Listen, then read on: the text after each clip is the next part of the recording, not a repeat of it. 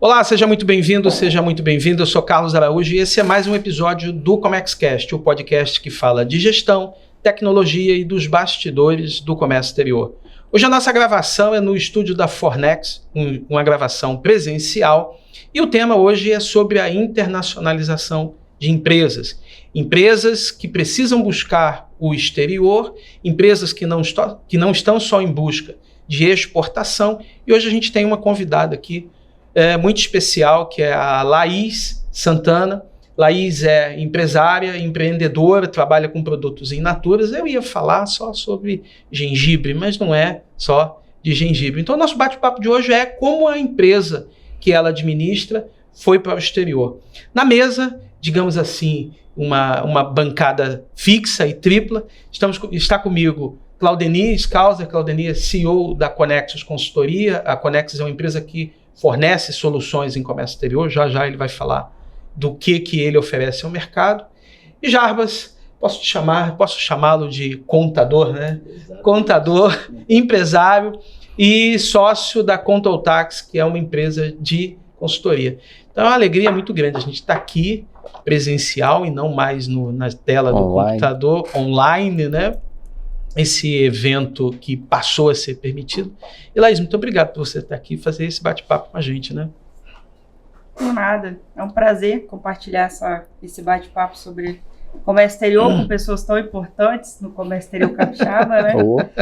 E para nós é um prazer. A nossa empresa é uma empresa familiar. Atualmente nós estamos expandindo os negócios da família, mas até então o gengibre continua sendo o carro-chefe da empresa. Claudenir, a gente falou tanto em ter um podcast presencial, né, que até então todos os nossos, 100 e tantos vídeos que a gente já fez eram online e aí tinha problema de internet, não, mas hoje a gente está aqui, né? Não só de internet, de trânsito, né? Eu lembro de um evento que a gente foi fazer, não sei se você lembra desse, a gente ia ser 100% transmitido online. E você ficou preso na ponte, vindo de Vila Velha para Vitória. A gente estava gravando em Vitória, você lembra? Lembro. Eu entrei online sem o Carlos, do lado o Carlos entrou na sala, abriu, eu falei assim, eu aproveitei que ele estava chegando, assim, agora eu vou aproveitar o ensejo e vou convidar para sentar aqui comigo o Carlos, ele veio sentou do lado, parecia que foi planejado, você lembra desse dia? Então assim, esses percalços você não... Eu conto direto esse caso lá pro pessoal do marketing da Conexus e... Eu falei certo que a Conexus oferece uma solução em comércio exterior, mas não é só comércio exterior, né? A Conexus ela trabalha uma plataforma tecnológica na área de comércio exterior. Nosso principal foco, a grande maioria dos clientes da Conexus hoje, eles tocam no comércio exterior, né? Eles estão com alguma coisa correlacionada ou totalmente relacionada com o comércio exterior, numa cadeia bem ampla aí de tecnologia, atendendo todos os departamentos de uma empresa, contábil, fiscal, controladoria, a operação, logística, a parte aduaneira, como a gente já falou bastante nos nossos canais juntos, inclusive. Só que não só para o comércio exterior, atende as outras áreas, como eu comentei, de back-office. E isso é uma coisa que é um desafiador para o mercado. Para você não ter que ter 5, 6 softwares dentro da sua empresa, ou tecnologias, né, que a gente pode falar, você tem tudo numa única solução. Eu e Jarbas, por exemplo, nossas empresas são parceiras há fácil aí 20 anos, próximo a 20 anos, muitos clientes em comuns, e ele é especialista em atender clientes que usam o Conexus, uma das especialidades, né? Não só essa, a expertise do time dele é gigante, mas tem esse know-how aí e ele vê isso muito bem também, de como é importante você ter ali essas tecnologias interconectadas, né? Então, vamos aí no decorrer dos... Só complementando aí o Claudenir, né? Na verdade, quando a gente fala em tecnologia, não só a parte de computador físico, né? Como também a parte da inteligência, né? Então, a tecnologia passa pela parte do físico, do hardware, mas também a inteligência emocional, que é bastante importante. Então, é relevante para o contexto dos negócios, né? Principalmente no comércio internacional, né? Pois é, e quando a gente fala em contador, vai lembrar do imposto de renda, mas é muito pouco só para dizer que um contador falar de imposto de renda, né? A gente fala, quando fala em você, fala no contador especializado em comércio exterior. É um nicho, né? Na verdade, a contabilidade é bastante ampla, né? Então, quando a gente entra no mercado de contabilidade, a gente tem que buscar uma especialidade, não ser um contador genérico, porque no passado, quando o contador era genérico, ele praticamente não captava muitos clientes. Então, eu acho que o mais importante foi buscar especialidade. Então, nossa empresa, desde lá da época da parceria da Conexus, 2003 para cá, então a gente seguiu um nicho que é o mercado internacional. Atender os empresários na área de comércio exterior, de importação, de exportação, e o que foi que cresceu a Controtex nesse segmento de comércio. Então, não é só a parte realmente de imposto de renda, embora o imposto de renda não seja o meu desejo de consumo, é o imposto de renda. Eu gosto mesmo de trabalhar ali com empresas, e o imposto de renda fica mais restrito a pessoas físicas, né?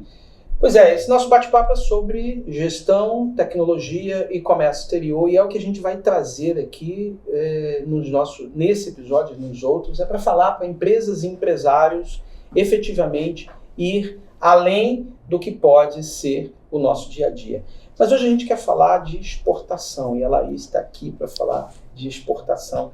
Laís esteve nesse próprio canal falando sobre como aconteceu o processo, bastante tímida ali, vou falar, se não sei falar, e hoje está aqui no segundo episódio. Laís, você começou dizendo que o gengibre era o seu carro-chefe, e o gengibre capixaba, eu fui conhecer o gengibre capixaba depois de saber que você trabalhava com isso. Por que ele é tão procurado no mundo inteiro?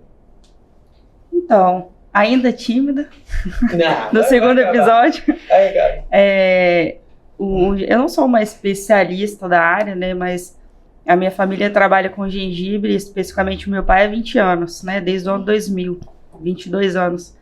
E eu cresci num ambiente onde se falava sobre gengibre.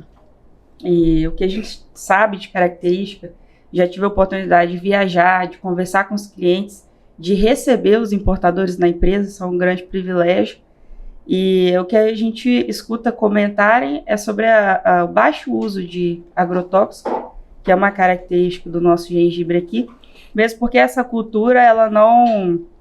As doenças que ocasionam, elas não têm produto químico registrado e efetivo para combate.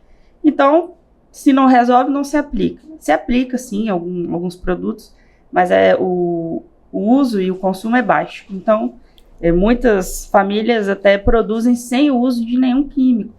E ele só não é orgânico porque não tem o certificado, mas assim, o manejo e produção, a maioria das famílias conduz assim. E ele é procurado por isso, pelo baixo uso de produtos químicos. A Europa é um continente que produz, que consome produtos de uma maneira muito, como que eu posso dizer, conceitual, né? Então, a Europa, o consumo de produtos orgânicos pela União Europeia é muito grande. Então, o gengibre tem essa característica, e o gengibre capixaba também tem a característica de variedade gigante, né? A gente produz uma variedade de gengibre aqui que é uma variedade maior do que maior de tamanho mesmo, do que os outros países. Não significa que eles não tenham essa capacidade hoje, eles estão evoluindo em questão de variedades de produção, mas o gengibre brasileiro ainda se destaca nesse sentido. Legal. O agronegócio tem ganhado um espaço muito grande aí, a gente vê guerras, crises sanitárias, né? E o agronegócio, ele tem resistido firme, é um tipo de commodity que tem resistido firme. E como foi que começou aí a sua história com gengibre? A minha história com gengibre é familiar, né? Como eu disse, meu pai trabalha com isso desde o ano 2000. E eu cresci num ambiente onde se falava em gengibre, né, o tempo todo. Meu pai é da área agrícola, né? Ele é um técnico agrícola e largou a loja de insumos para trabalhar com gengibre porque teve uma oportunidade, né? Ele fazia uma ponte entre uma empresa de São Paulo e os produtores aqui do estado. Foi assim que ele entrou nesse negócio. Então eu cresci nesse ambiente, cresci no interior também, tinha um certo gosto pela agricultura, sempre gostei. Na verdade, a minha formação, se fosse possível, seria na área agronômica, que eu gosto muito. Então, a nossa história com o gengibre é assim: a região nossa, ela começou a produzir na região de Santa Leopoldina, especificamente, e ali a cultura foi expandindo.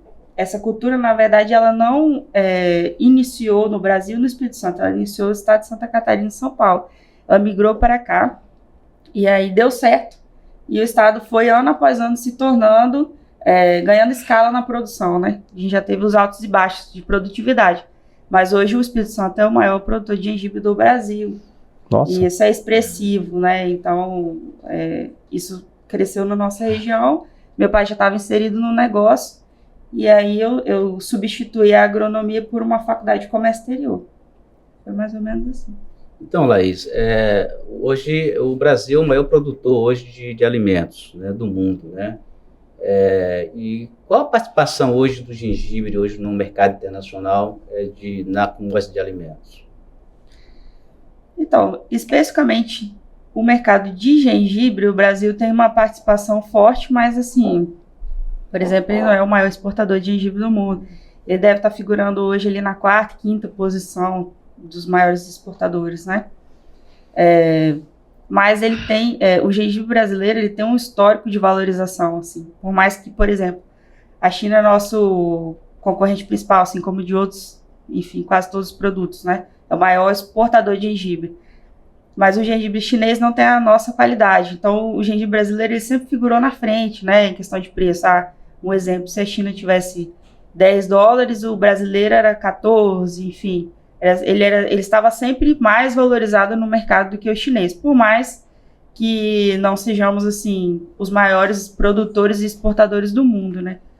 Mas no cenário nacional, a cultura não tem representatividade, né, por causa das grandes commodities, né, como soja, trigo, café, enfim. E como é que é o consumo hoje do gengibre? O gengibre consome in natura, é utilizado na alimentação humana ou animal? Como que é hoje o dia a dia do consumo do gengibre no mercado internacional? Sim, já fizemos essas perguntas para os importadores, né, e é consumo in natura. Por incrível que pareça, é um consumo in natura. Corta e coloca na salada. Né? Assim, uso medicinal, né, as propriedades anti-inflamatórias, aí a galera usa para suco, chá, enfim.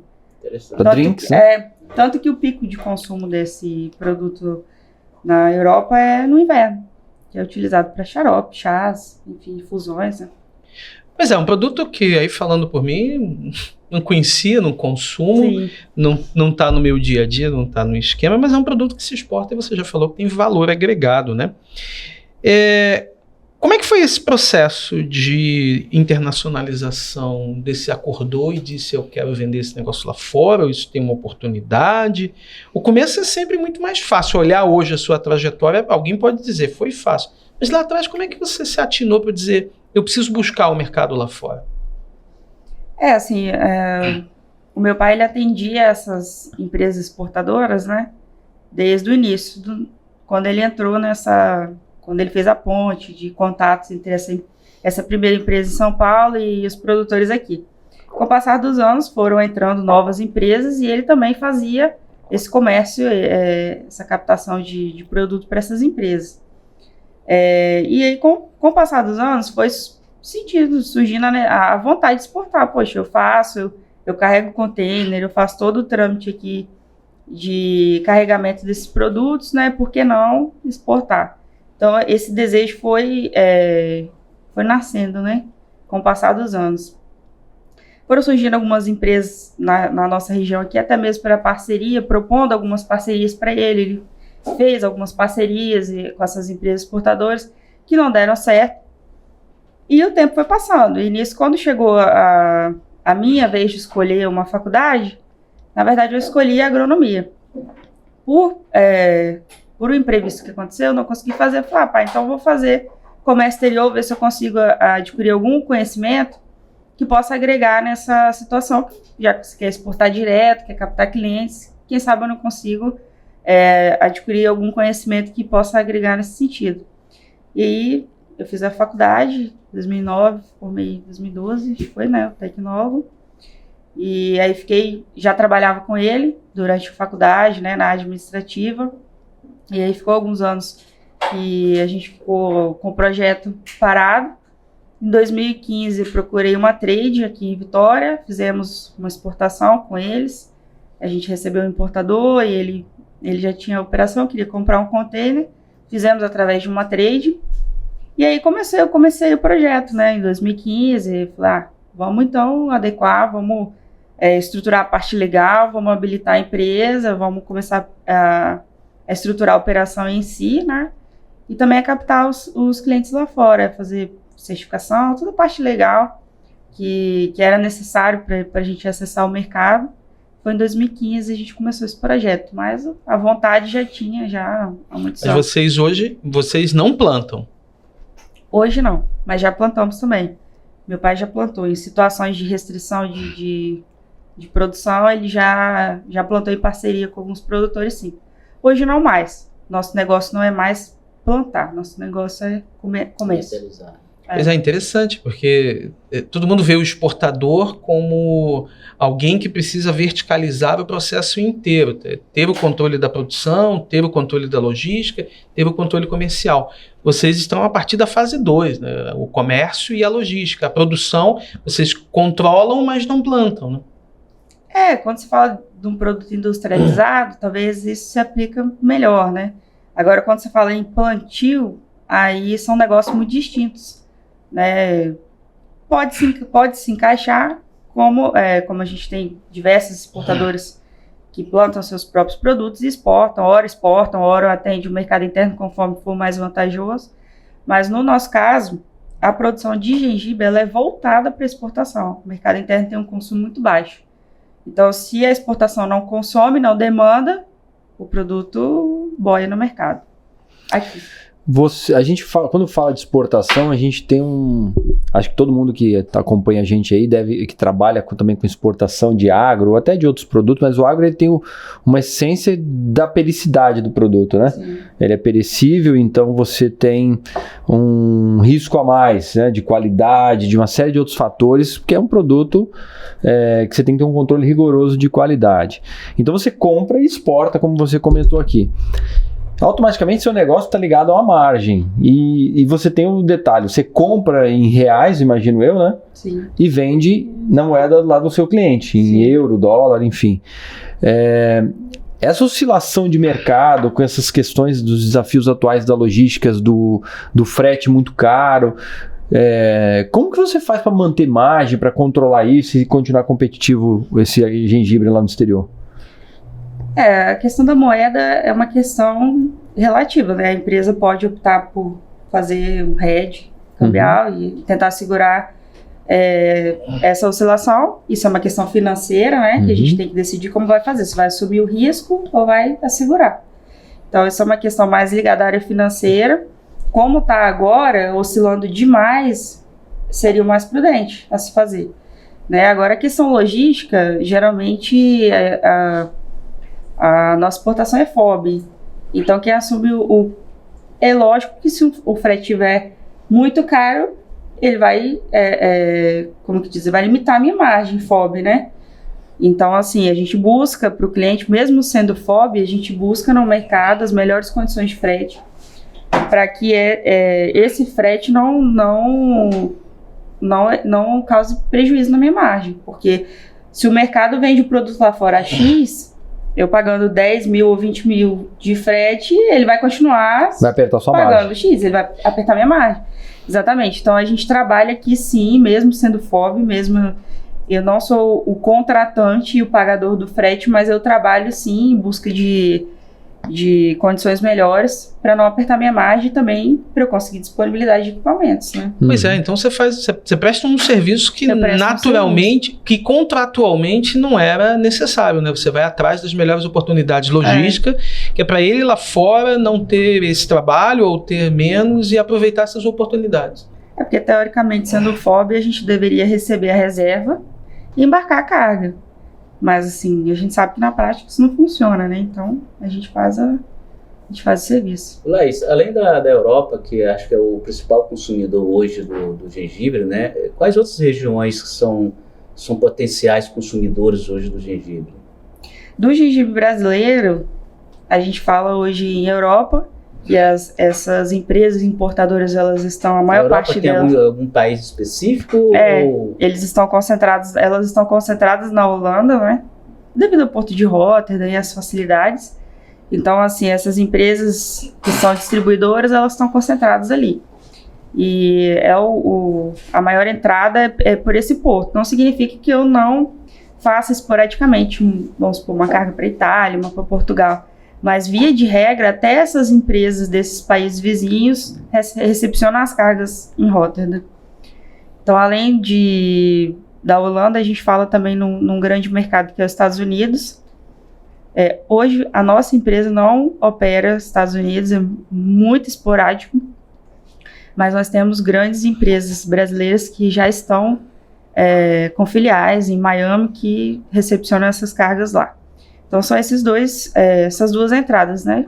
Mas Porto de Rotterdam e Miami. Os Estados Unidos não consomem o produto ou porque é difícil entrar no mercado americano? Consome, mas nós temos já grandes empresas instaladas lá, né, que já fazem esse trabalho de distribuição do gengibre brasileiro, né, e a nossa empresa não avalia que seja vantajoso entrar para competir, né?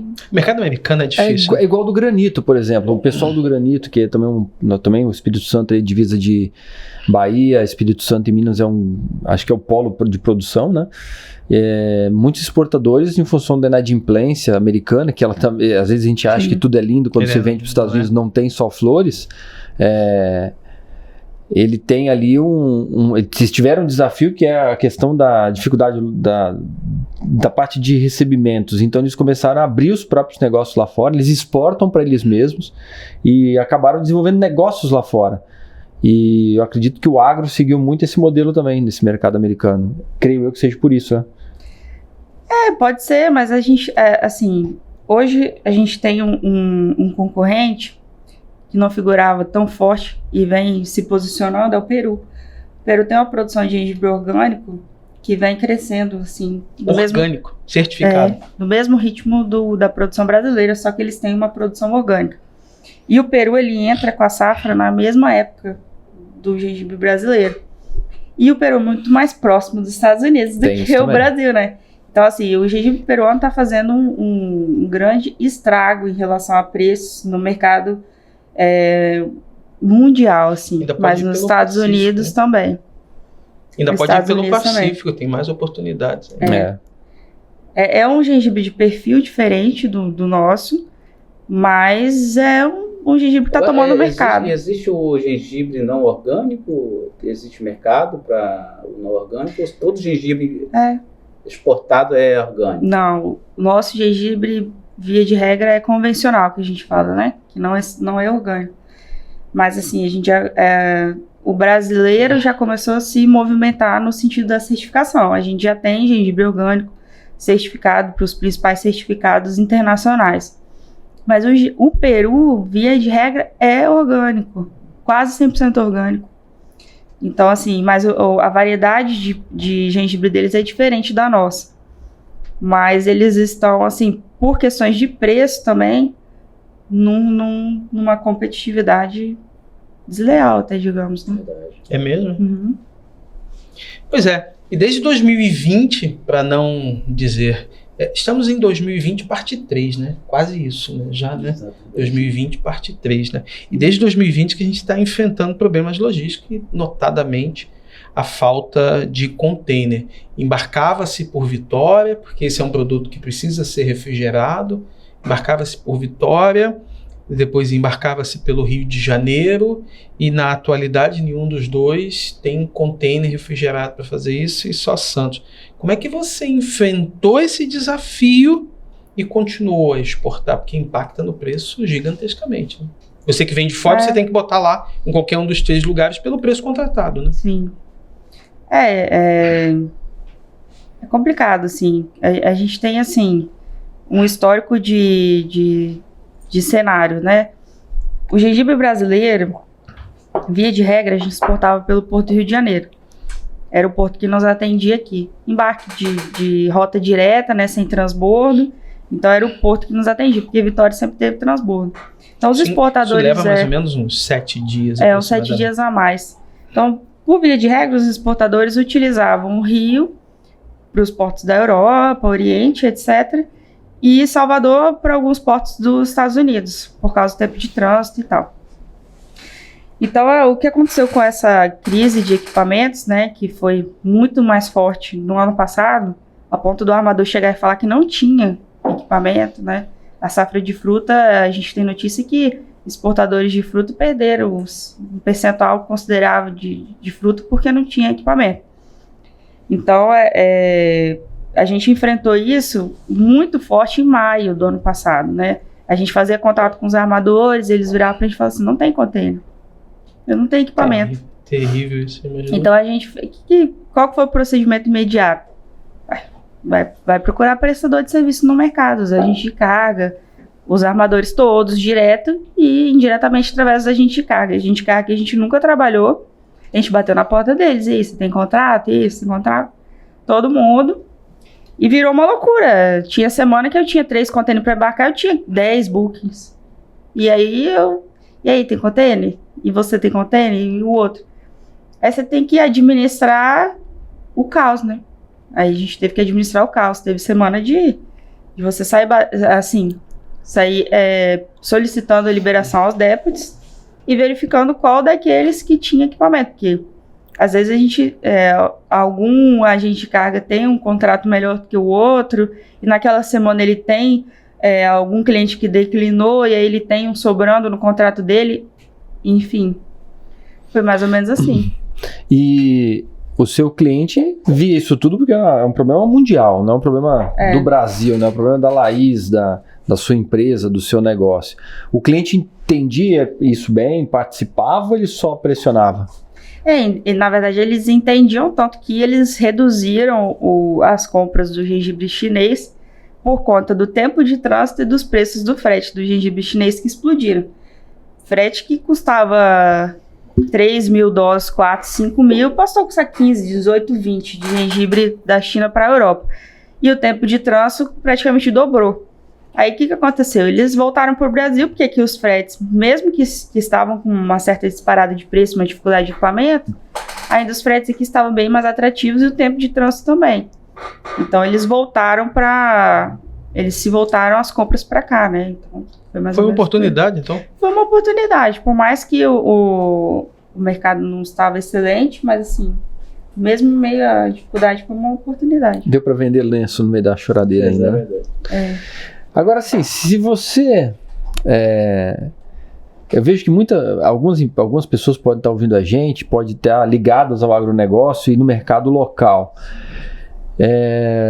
Exportar é uma coisa muito importante, acho que é muito interessante, você tira um certo vínculo com a economia local, mas pode criar uma mentalidade de não querer voltar a vender local. A gente vê muito isso com a carne, né? O preço cai, sobra carne, algum fator externo muda o preço da carne no Brasil, vai lá em cima porque estão exportando e não querem vender para o mercado interno. Então, assim, uma pessoa ou empresa que está nos assistindo que foca no agro, mas no mercado interno e queira exportar, abrir mercado lá fora, que tipo de conselhos, se teria um passo a passo, por onde começar, procura alguma associação, algum órgão de classe, que tipo de dica que você daria para esse tipo de empresário?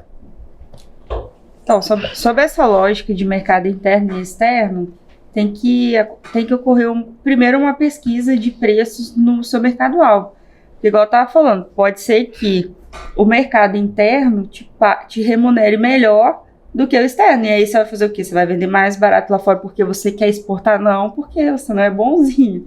Tem isso também. Então, assim, essa política de aonde eu vou vender, se eu vou vender interno ou externo, já teve ano que aconteceu isso. Foi 2012, eu acho. Teve um ano que eu não estava ainda exportando diretamente, mas aconteceu isso. O gengibre brasileiro chegou num preço, sei lá, R$200 a caixa no mercado interno, pela falta de produto. Ninguém vai exportar. E o mercado externo não comportava aquele preço. E aí o gengibre foi vendido todo internamente. Então, assim, eu acredito que isso acontece também. Quando você quer exportar um produto, eu vendo só internamente. Eu quero descobrir se eu conseguiria exportar. A viabilidade, primeiro, é relacionada a preços. Assim, você pega uma empresa, você faz uma pesquisa de mercado e pega uma empresa que compre o seu produto, por exemplo. E aí você pergunta para ela, quanto que você está pagando nesse produto meu, assim, tal, FOB? Ele vai te falar, não, pago tanto. Você vai fazer as contas e vai ver se você tem condições de atender aquele cliente com aquele preço. Assim, pelo menos no meu mercado, geralmente, preço é uma coisa que não muda muito de um cliente para o outro. Pelo fato de ser um produto in natura, não tem muita coisa que muda do meu para o seu, assim, né? Commodity também, né? Exatamente. Então, assim, eu vou cobrar muito mais caro e você tem gengibre também, vai cobrar muito mais barato. Não se justifica muito. Os preços, geralmente, são muito próximos, assim. Isso varia muito conforme a demanda externa também. Se a demanda explode, igual aconteceu em 2020, a demanda de gengibre explodiu no final da safra. Então, cada um colocava o seu preço e, ok, você quer carregar assim, pagar meu preço. Mas, geralmente, no mercado estável, existe um preço médio.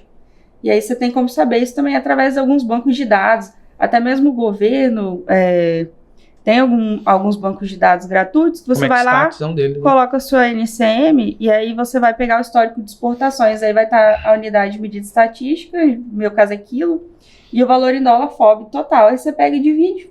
E vê quanto está dando o preço. Dá uma olhada quanto que está dando. Se o preço médio, pelo menos, você já tem uma ideia. O preço médio, você já tem uma noção se dá para você entrar naquilo ou não. Você vai gastar seu tempo com prospecção, adequação de empresa, estruturar tudo, para chegar lá na frente e verificar que o negócio não é rentável, porque pode acontecer. Essa dica é boa, porque não adianta você fazer todo o processo sem saber o básico, né? Dá para entrar nessa brincadeira? O que ele paga lá fora é tão mais vantajoso que vale a pena o esforço de estudar a logística, se aventurar. Porque eu tive essa pergunta do conselho, porque para quem nunca exportou, é um mundo...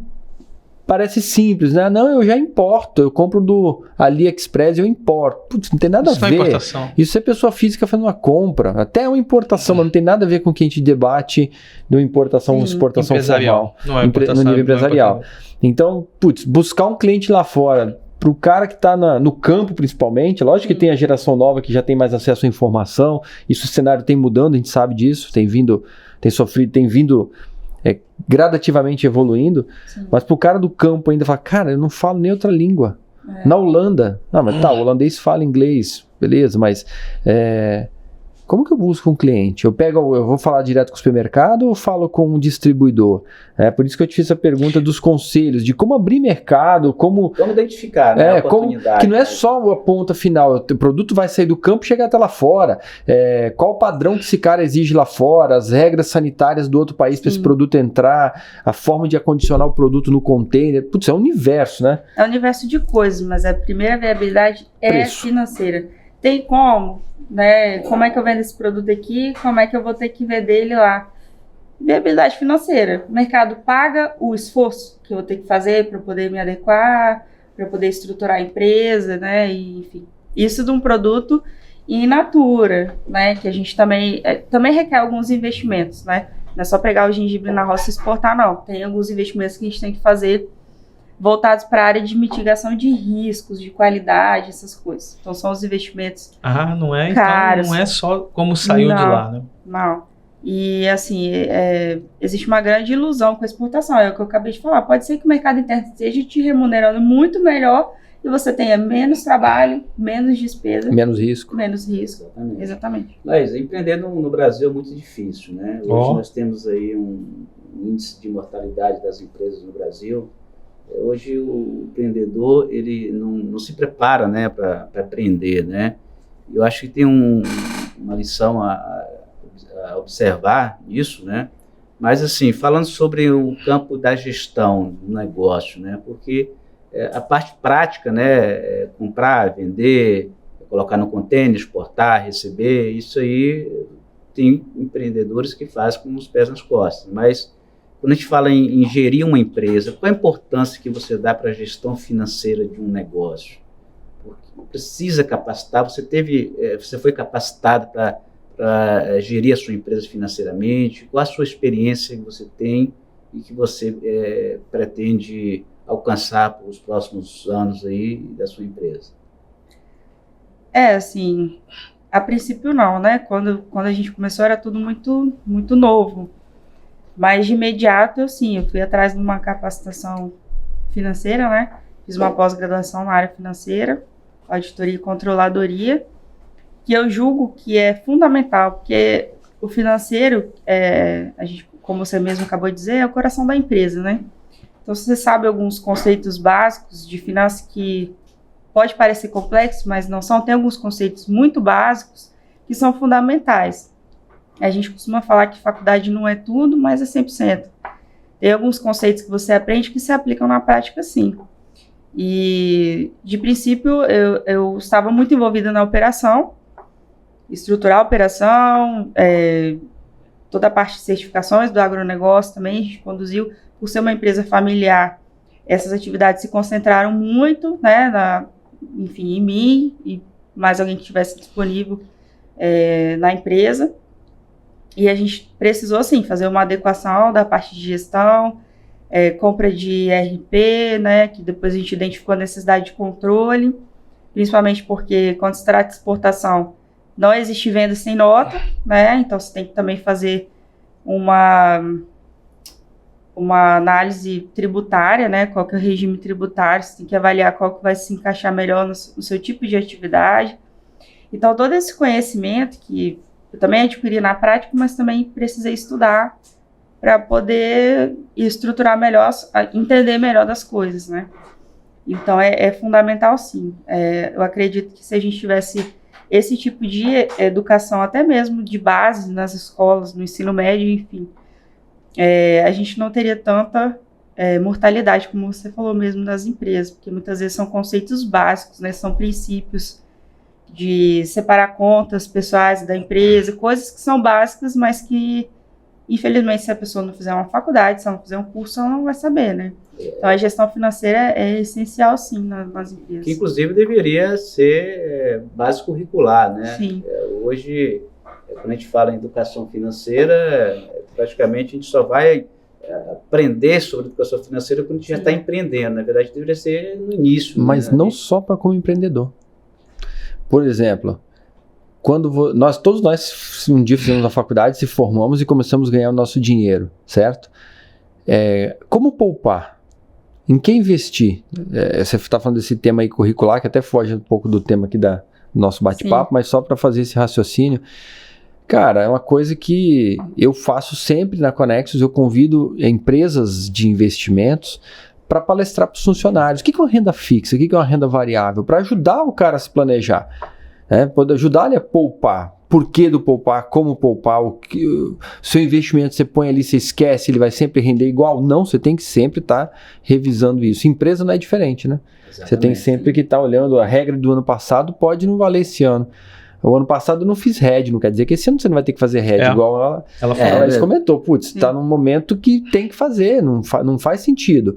Se o dólar cair, eu perco dinheiro, a conversão é desfavorável para mim. Então, eu preciso redear para não diminuir meu ganho. Vivemos um momento de desvalorização muito recente. Para importação foi lindo, ficava esperando qual era o dólar de amanhã.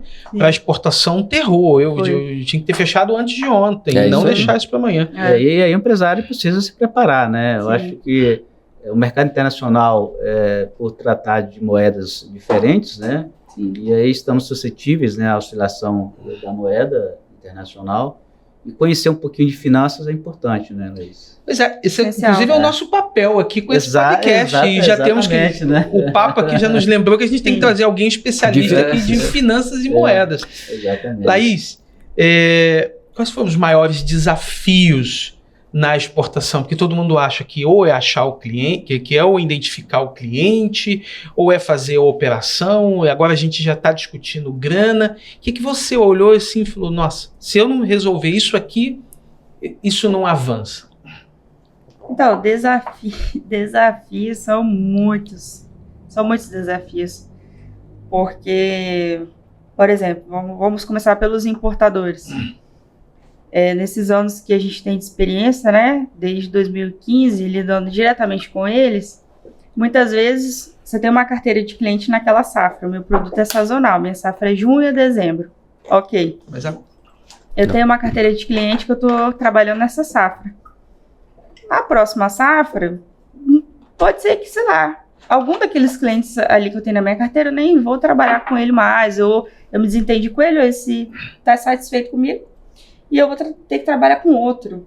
Então, assim, existe uma mudança também, uma rotatividade nessa carteira. A gente tem Sucesso que de agora não é do ano que vem, né? Já aconteceu, por exemplo, de grandes empresas assim, importadoras muito grandes, que tem um comprador para cada tipo de fruta, para cada tipo de produto, por exemplo.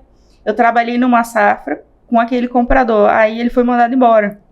Aí na outra safra ele já não estava mais, e aí eu não sou de acordo com os termos do novo comprador responsável da empresa. E aí a gente não se entende, aí eu tenho que trabalhar com outro cliente. Poxa, um cliente foi super bacana na safra passada, não consigo mais trabalhar com ele nessa. Então, assim, eu posso falar que nesses anos todos, cada ano tem uma dificuldade diferente. Igual, por exemplo, ano passado, quando a gente abriu a safra que não tinha container, tinha dia na empresa que a gente ficava assim, gente, o que a gente vai fazer que não tem container, assim, sabe? E com notícia da galera da maçã que tinha perdido muita maçã, a galera da manga que tinha perdido, porque assim, o gengibre nicho, ainda né? Tem nicho, né? Maçã, limão, batata. Limão é um problema também. O gengibre ainda é um produto que fica debaixo da terra sem estragar, mas produto que tem grau de maturação, não, você tem que tirar e exportar. Manda pra fora. Colher e exportar, que não era o nosso caso, mas assim, cada ano é um ano de desafiar, surgiu uma certificação nova no mercado, as empresas têm que se adequar.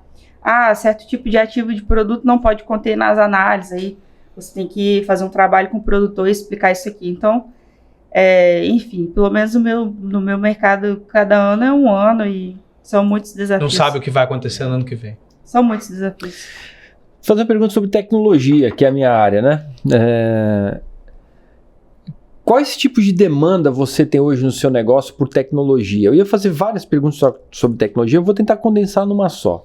Eu já imagino que você tenha demandas internas e tem demandas externas que o seu cliente vê, controle de produção, e tem demandas de back-office, como por exemplo a parte contábil, a parte aduaneira que o Carlos cuida lá para você. Dá um resumo pra gente, qual o tipo de tecnologia que você utiliza, de controles, tá? Vou fazer uma propaganda aqui agora. Não precisa fazer propaganda, mas para o pessoal entender qual tipo de demanda, de necessidade que você tem, né? No primeiro ano a gente fez a exportação com até um sistema local, né, da nossa região lá, que era um sistema mais simples, mais voltado para o varejo, aquela coisa toda, utilizamos ele mesmo. No segundo ano a gente já sentiu a necessidade de conseguir controlar melhor os processos, mesmo porque o nosso prestador de serviço contábil está em Vitória e nós estamos na região serrana. Totalmente inviável, tudo que eu precisar eu carregar um pacote de documento embaixo do braço e me direcionar ao escritório de contabilidade. Algumas empresas ainda fazem esse modelo, mas não é um modelo prático, né? Não funciona legal. E a gente tinha caixas e mais caixas de arquivo de uma empresa de data de abertura de 1989. Eu falei, gente, precisamos mudar isso, não tem condições. Você quer procurar um documento, você tem que se enfiar no meio de um depósito de caixa de arquivo. Aí, imediatamente, nós fizemos um planejamento tributário, até mesmo com a Control Tax, identificamos um regime tributário melhor. Aí falou, poxa, vamos trabalhar nesse regime tributário, precisamos de um sistema compatível para controle de informações, né, e que fique tudo muito mais transparente. Foi aí que nós conhecemos a Conexus, né, que é um sistema voltado para o comércio exterior, e fizemos a transição para a Conexus. Hoje a empresa faz todo o lançamento de informações é feito no sistema. Uhum. Nosso controle de arquivos é 100% web, né, gerenciamento digital, eletrônico de dados. A gente não tem mais arquivo físico, então foi todo um processo de transição que a gente usou a tecnologia a nosso favor. Né, isso acaba reduzindo muito a questão de mão de obra também, né? Uhum. Até mesmo de trabalho que você tem para transmitir as informações. Então, quando você tem um sistema como, por exemplo, que é o Conexus, que dá até acesso aos importadores, né, no nosso sistema, na nossa base, exatamente, a gente pode segregar as informações, isso facilita muito o dia a dia e torna a comunicação muito mais transparente e efetiva, e não só para a sua empresa, né? A tecnologia ela veio para ficar, e aí todos os seus pares que se relacionam com você, principalmente a contabilidade, Sim. a gente percebe que a tecnologia ela veio para facilitar a vida do empreendedor, Sim. do empresário, e também a vida Sim. do contador, porque o contador hoje ele praticamente trabalha quase que metade do seu tempo para cumprir regras fiscais, cumprir ordens do governo, e a gente usando a tecnologia, a gente vai ter mais tempo para cumprir as regras fiscais e ficar mais à disposição do empresário. Encurta também o distanciamento entre o que você vê de resultado final com o que está acontecendo com os seus funcionários. Mas a minha pergunta para você não foi para você fazer propaganda para a Conexus, não. Eu queria saber também, assim, na parte de produção, o que vocês aplicam de tecnologia? Porque para o Seagro, igual a gente estava conversando informalmente um pouco antes, você tem rastreamento desse produto. Se der um problema com o produto lá fora, você tem que saber de onde você comprou, quando foi plantado, como que era o solo, às vezes análise de solo. Estou aqui imaginando, tá? Não sei se é isso mesmo. Você usa algum tipo de tecnologia de lavoura? Hoje, na nossa empresa, nós temos um projeto interno de capacitação e certificação dos nossos produtores parceiros, né, para o mercado internacional. E a gente desenvolveu um software em parceria com uma empresa do Sul, que ele faz esse controle de caderno de campo, a parte de certificações, toda a parte legal, né, que a gente tem que manter o arquivo também dos nossos parceiros, e a parte de rastreabilidade, que é o que você falou, que a rastreabilidade hoje no Brasil, inclusive, ela é lei, né? O produto agrícola ele tem que seguir com algum tipo de identificação que possibilite você chegar ao produtor. Então, isso na exportação não é diferente, a rastreabilidade é uma exigência muito antiga e os nossos produtos hoje, todos eles seguem com uma etiqueta nas caixas que identifica o produtor, a data de embalagem, tem um QR Code que traz essa identificação, essa informação. Então, a gente utiliza a tecnologia, sim, no sentido de rastreabilidade, controle de informação, de fluxos, né, de entradas e saídas. A gente também tem um acompanhamento técnico com os produtores que fazem parte dessas certificações. A gente controla caderno de campo, que a gente fala, né, que é toda a parte de manejo, irrigação, as análises de produto, tudo isso através dessa plataforma, que também nós temos um aplicativo que é disponibilizado para o produtor, caso ele queira utilizar, que é gerenciado eletronicamente. Nós não temos papel, né? O técnico se dirige à propriedade e faz o upload dessas informações através do aplicativo. Então, por mais que a nossa agricultura seja de baixa precisão, não tenha muito uso de tecnologia, a gente faz o uso da tecnologia para esses controles, né? Interessante. Eu só compartilhar um caso que eu vi de uma empresa que produz produtos e na marketing dela, ela fala que ela usa matéria-prima da Amazônia. Só que como você prova que você usa matéria-prima da Amazônia? Então essa empresa criou uma plataforma de blockchain para dar segurança, né? Ou seja, o dado é imutável, é petrificado ali num banco de dados da estrutura do blockchain, que é a base das criptomoedas. Então todo o processo de compra e certificação da cadeia fica num blockchain para o mercado consumidor poder consultar e constatar que os fornecedores são da região Amazônia, são produtos que atendem ao lado do marketing que eles fazem. Achei bem interessante isso. Eu acredito que isso vai se espalhar para todo o agro, viu? Sim. Ter plataformas de blockchain que você consegue colocar toda a rastreabilidade do seu produto, até mesmo para garantir a segurança do consumidor. Porque imagina, não estou falando que é o caso do gengibre, mas se fosse um produto que tivesse um impacto na saúde e lá na fora, de repente acontece um incidente, você tem que provar como que aquilo aconteceu. Toda prova produzida posterior, ela é questionável. Agora, se você colocou ela no blockchain conforme ela foi acontecendo, ela é inquestionável. A prova foi produzida e anexada no blockchain conforme foi acontecendo. Dá uma segurança, uma robustez para o seu processo, transparência para o seu cliente, para o seu mercado, né? Então, eu acredito fortemente que vai ser uma tendência do agro isso, viu? Sim. Você está falando, tem um negócio muito interessante no produto dela, porque é um produto que o mercado mundial, o mercado internacional solicita um documento, que é o fitossanitário. Na verdade, é controle de pragas para saber se o produto ali tem pragas. E a toda exportação, esse produto precisa fazer uma inspeção do Ministério da Agricultura.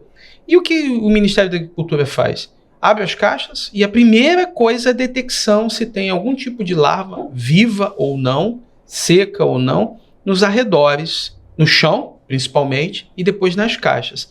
E em caso de alguma inconformidade, a primeira coisa quem está ali na ponta é identificar qual a caixa que ele encontrou aquele problema. Por quê? A partir da caixa, você consegue saber de onde veio, qual produtor que veio, faz a rastreabilidade para se controlar lá na ponta. Porque, na verdade, o que aconteceu é deixar de cumprir algum tipo de procedimento por aquilo. Então, esse processo E você falou um negócio muito interessante, é de baixa precisão, mas tem controle. Você precisa fazer esse controle. Sim.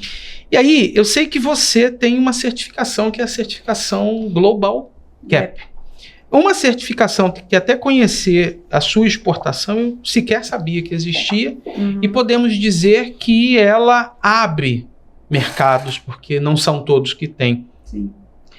Como foi preparar toda a cadeia, porque é desde o campo até o embarque, como foi preparar toda a cadeia para vocês? Qual o nível de desafio que vocês tiveram? Então, essa certificação, ela é uma certificação muito exigida na Europa, né? E isso se expandiu para outros países também.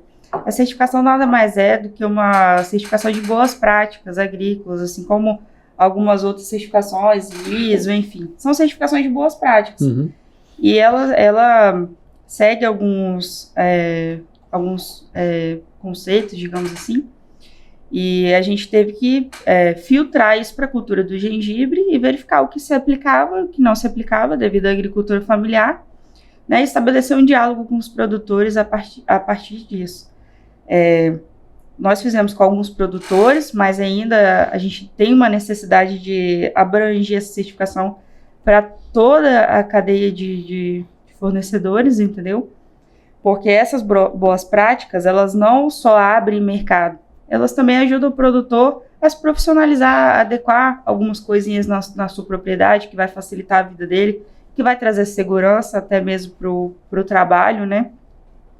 Então, ela é uma certificação, ela é muito procurada porque ela, digamos que fornece alguma garantia de qualidade a respeito daquele produto. Você tem que fazer análise de resíduo.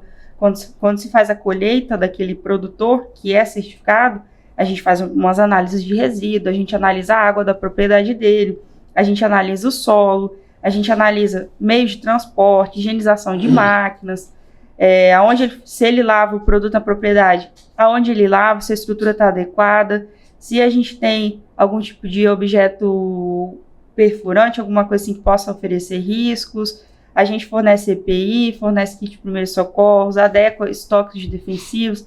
Então, são uma série de boas práticas agrícolas que trazem uma qualidade de vida melhor para o produtor, traz mais segurança para o processo. A gente fornece alguns cursos para eles também. Então, todo esse protocolo traz uma segurança para quem está comprando aquele produto que é certificado, de que a gente fez o dever de casa, digamos assim, né? Que aquele produto ele não vai apresentar contaminação, e se ele apresentar contaminação, como o Cláudio mesmo disse, a gente tem que ter um procedimento de tratativa desse problema, eventual problema que possa ocorrer com esse produto lá no mercado de destino. A gente tem que ter um procedimento de recolha, de retirada, que seria um recall, digamos assim, né? Então, todas essas coisas, elas são previstas nesse protocolo de certificação.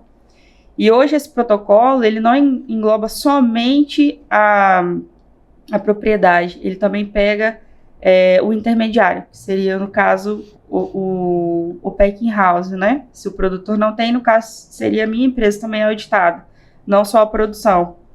E ele também tem um anexo atualmente social, que são de boas práticas sociais. Não pode ter serviço análogo à escravidão? Então, hoje esse protocolo conta também com um anexo social. E esse anexo social, ele pega tanto a parte de produção, que não é o caso porque a gente não tem subcontratação, né? É agricultura familiar, então você não tem mão de obra terceirizada, nem nada do sentido. Mas a gente tem que seguir algumas práticas para poder ser aprovado. A empresa também que faz a exportação desses produtos, ela também é auditada. Então, assim, é um protocolo que abre portas, né? Hoje ele está muito mais acessível para todas as empresas que queiram fazer. A gente tem mais consultores que trabalham com isso, né? Isso era muito restrito antigamente, mas hoje já se abriu. E existe uma série de outras certificações que estão sendo exigidas na Europa e as empresas, ano após ano, têm que ir se adequando. E o investimento para conseguir atender essas normas internacionais, ter a certificação? Porque o pequeno empreendedor pode observar que, poxa, é só para grandes empresas, né? Grandes empresas têm condições, têm capilaridade financeira para investir, não só em tecnologia, como o Claudemir mesmo pontuou, mas também para certificar. É um investimento alto? Não é um investimento alto. Como eu disse, depende da quantidade de pessoas envolvidas nesse processo. Mas, geralmente, é um investimento viável. Ele é mais trabalhoso que financeiramente custoso, né? Ele é um protocolo cansativo, porque não é só você contratar o consultor e o consultor elaborar os documentos. A gente tem que estabelecer uma cultura nova sobre algumas práticas dentro da empresa.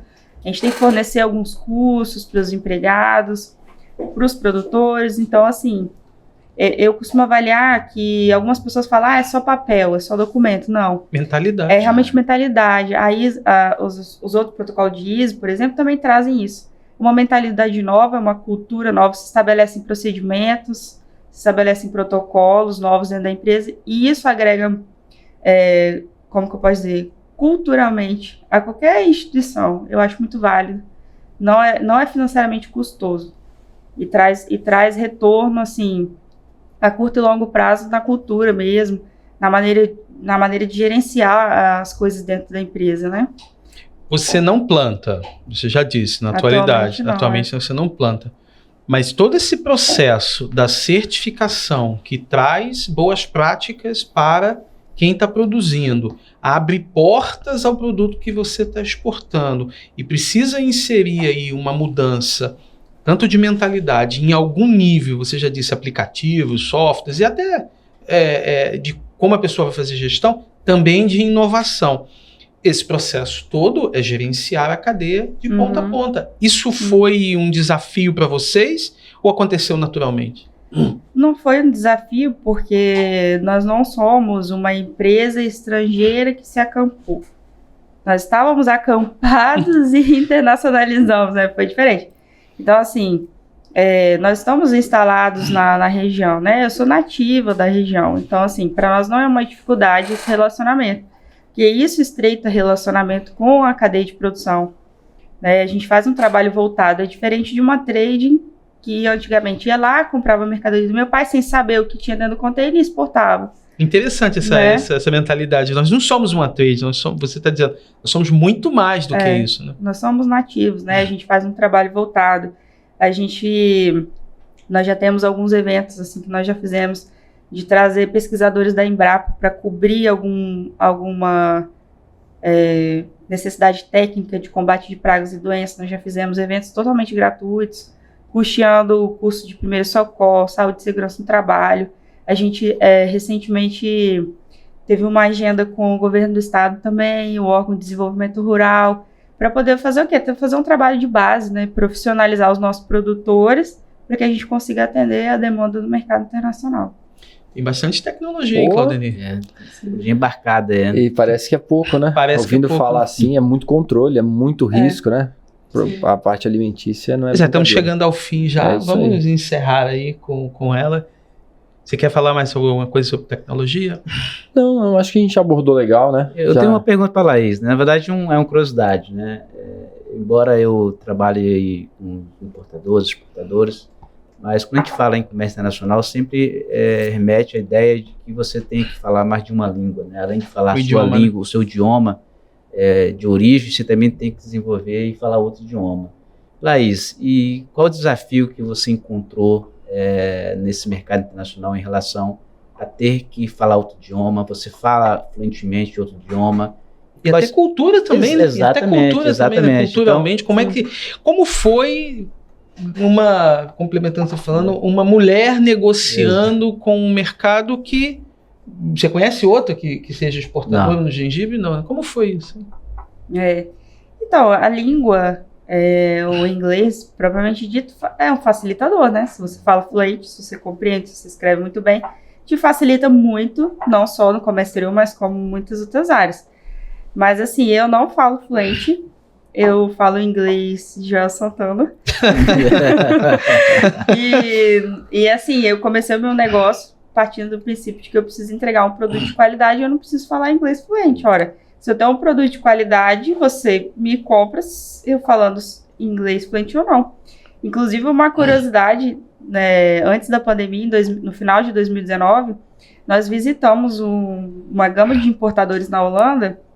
E eu fui sem ninguém fluente, com a cara de pau, e falei assim, tô chegando aí amanhã, e você já sabe que eu não falo inglês fluente, ok? Ok.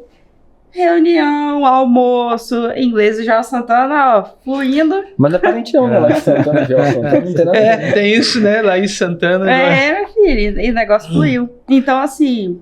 Chico Anísio falava, qual é o idioma do dólar? Eu balanço $1 e alguém vai entender que eu quero comprar alguma coisa. Exatamente. Então, assim... Olha, que fique claro, a gente não está dizendo que o idioma não é importante. Não fique isso. Você está nos vendo e ouvindo, o idioma é sim importante. Até hoje, boa parte de nós, acho que todos nós estudamos em algum momento, mas isso não pode ser um limitador. Não pode ser um limitador. A gente já falou de inúmeros desafios aqui, que se você não falar e precisar, a China, que talvez seja o contraste total do que a gente conhece de cultura, a China tem trocentos tradutores para te acompanhar de A a Z em qualquer lugar a um custo muito barato. Então esse não foi uma barreira. Nem nunca será. Se Nem você, nunca vai ser. Por exemplo, precisar viajar para uma feira, você contrata um tradutor paralelo ou um tradutor que tenha registro de juramentado, né, que vai ser uma pessoa mais profissional, e trabalha no seu stand ou anda com você na feira. Isso. Né? Mas eu também já fui numa feira com a cara, com a coragem, fiz reunião com o importador e tudo, com o meu inglês já soltando, ó, tô chegando aí no seu stand amanhã, e você sabe que o inglês aqui é meio difícil, e é isso aí. Entendeu? É se virar nos 30, né? Antes do Carlos encerrar aí, é bom que tá gravando, eu deixo registrado, que eu te admiro muito, que você falou que eu não te falei isso. Então fale, eu falei pra ela assim, eu já te falei várias vezes que eu admiro muito sua trajetória. Não, nunca ouvi. Não, você nunca falou isso, não, a primeira vez. Pô, você tá de sacanagem, você tá Então que fique registrado. Fique registrada. Você é uma pessoa diferenciada. Obrigado. Meu inglês, Joel Santana, faz muito sucesso, tá? Imagino. Legal. E aí chegamos ao fim de mais um episódio. Muito obrigado, Laís, por você estar aqui com a gente, aos nossos parceiros fixos, Claudenir e Jarbas. E a você que está nos vendo e ouvindo, a gente pede para seguir, acompanhe a gente nas redes sociais, a gente posta conteúdo como esse aqui com bastante regularidade.